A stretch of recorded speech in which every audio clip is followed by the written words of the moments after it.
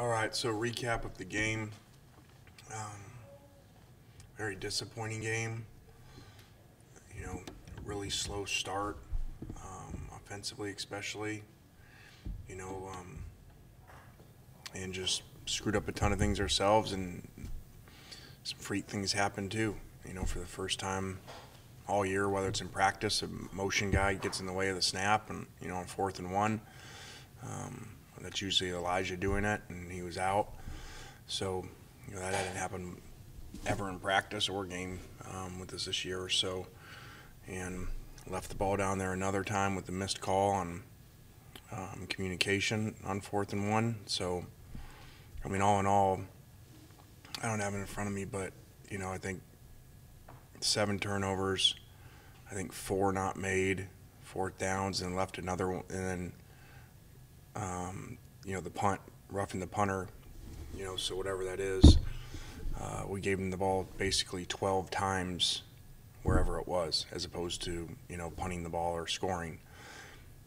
That's not a very good formula. It's really shocking that we're even in the game, let alone have the ball with 3 minutes left with a chance to go win it. Is really, really crazy. A lot of that goes to our defense playing well and creating negative plays, and them screwing up on offense, similar to us at times, with the drop passes. And so game that you wish you could have back, but you don't. You got to learn from it. They did a great job defensively. They played really hard, and they gave us some problems. They dropped 8 every snap basically, and we forced a million throws in there. We had 6 and could have been 8. So I think it's surprising to all of us. With a team that through 3 games had turned the ball over once, the quarterback really hadn't thrown balls near an interception, 1 tip all year, and then to do that, I would have never guessed that. So I don't think I've been a part of that before. So you got to learn from it, and if you redo it, obviously we should have been, if he was playing like that, more patient with the run. Because of how they were playing, they were not going to let us throw the ball to beat them, and it is what it is. John, go ahead and start us off. Lane, what have your conversations with Matt kind of been like since the game, and after looking at the film, what do you, obviously 6 interceptions, but what else do you kind of want to see from him moving forward? Well, I spoke to him immediately after the game. I think even before I talked to you guys, maybe. As soon as I got in there, after talking to the team, brought him in. Spoke to him. Then, obviously today, but yesterday too, he came in, and it was a bad film. Sometimes you just get bad luck. Balls are tipped and things like that. This was just, he played really poorly. They did a great job reading his eyes, and he was trying to do no-look passes where he's holding one guy off. Well, the problem is he can't see the other guy when he's doing that. That's something that you do every once in a while, especially when you're rolling out. But he'd got away with it the week before, and so I think he learned a lot from this.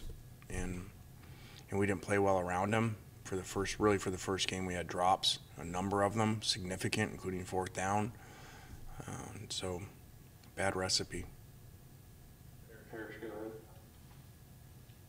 You mentioned Matt looking at his receivers, telegraphing passes. Is that a fix that's as easy as saying, hey, don't do that? Or is it more complex than that? Well, you got to work on it, but at the same time, too, you got to get to the next. When did you ever see him check the ball down to the back? And I think once, and that was their game plan. They just sunk way back there. We had, I think, 10 3rd and 4 pluses and didn't make any. It's unheard of. So they did a great job. They said they weren't going to pressure him. They're just going to play deep and make you check the ball down, which we didn't do. Go to David. Lane, kind of flipping the page here with Matt Corral. How did you think he responded at practice this morning? I thought he was good, upbeat. I think yesterday, I'm glad we didn't practice. He was not good yesterday, as you would expect. And so, went through a rough day yesterday, and embrace the suck. Yesterday sucked, and so we got to move forward and don't let one game beat you twice. The next thing, it's been said Arkansas kind of laid a blueprint out for everybody in terms of dealing with the Ole Miss offense on Saturday. Does that put into the equation for you guys that you've got to add wrinkles, you've got to do things differently, you got to change some of the approach?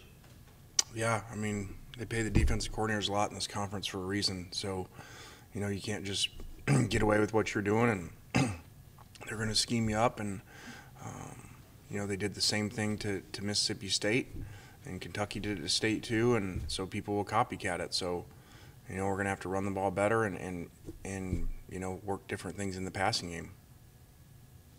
Thank you. Go ahead.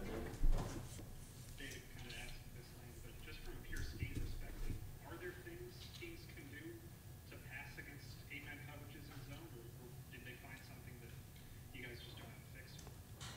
Well, you got to run them out of it. So, there's always a weakness to everything, and so, we don't play very consistent up front, and we don't run the ball with consistency. Now, we put 2 tight ends in the second half, and they struggled with that defensively, because they're outnumbered in there, and we were able to run the ball in the second half with that. So there's other formations and personnel you can go to, to help with that. But when people do that and play boxes like that, you gotta run them out of it, or else you get long days. But have there been any additional COVID cases since last week, or have we contained it since Wednesday? No, we got some more in the last 3 days, so it's becoming very challenging. As you guys probably did math and figured out, we had 2 starters out last week, so this is not easy, and especially when it, for whatever reason, continues to hit us on defense. Is the issue more with contact tracing right now, or are they active cases? Both. Yeah, both. Go back to Parrish. And I still don't understand how, if I get it and Adam's around me, I'm out for 10 days, Adam's out for 14 and can't test out of it. So that's what's really difficult, losing close contacts for 14 days that continue to test, negative. You mentioned inconsistency on the offensive line. What can you do there to be better? I see that you guys are young at guard. I realize that. It looked like Ben was better with his snaps this week. He was better with his snaps.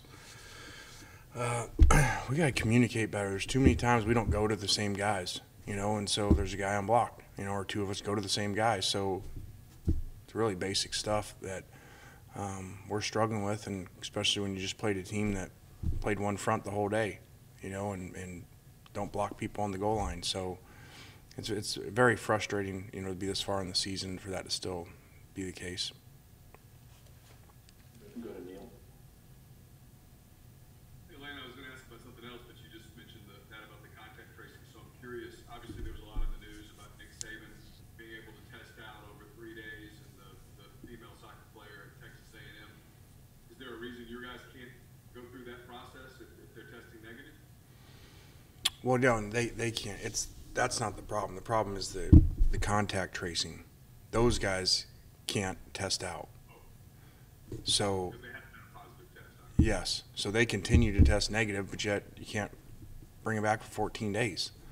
So that to me is the part that's really frustrating, because schools have different rules to say, oh, I think you were around that guy. Oh, no, you weren't. So, I think some cases school A is going to play a guy when the exact same situation school B doesn't, and that's really frustrating. Along those lines, you obviously had to play some different people defensively at Arkansas. You seemed right after the game pretty overall pleased with the defense. When you went back and looked at film and talked to defensive coaches, was that still the same assessment? Yeah, I think it was a combination of playing better, getting more pressure on the quarterback. I think Arkansas would tell you, in their interviews, I'm sure that they feel like they left a lot of stuff out there too. They helped us, some drop passes and some missed assignments and, some tip throws and stuff. So I think it was a combination, and they would say they didn't play their best, and we did play better.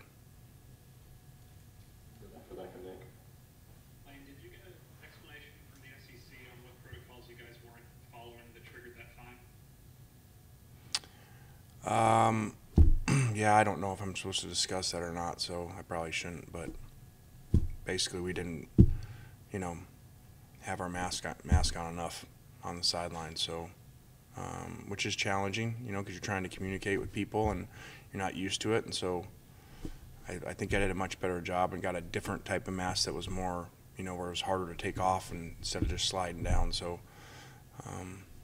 hope I did a better job. I don't really feel like losing 200 grand.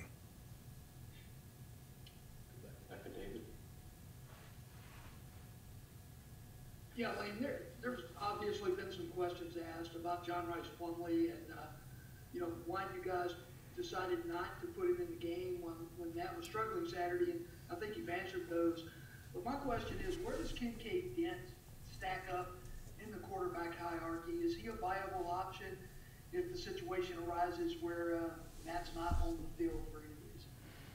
Well, he's the third quarterback, and so, you know, that they don't get a lot of reps. And, so, you know, we obviously thought about John. You know, it's easy to sit here and say now, obviously, didn't think he was going to keep throwing interceptions, you know, and we're in a one score and was hoping that he'd pull out of it and drive us down and win the game. Obviously now you'd play John, you know, if you knew after 3 there were going to be 3 more. So, you know, he got a lot of reps today, and so we'll see.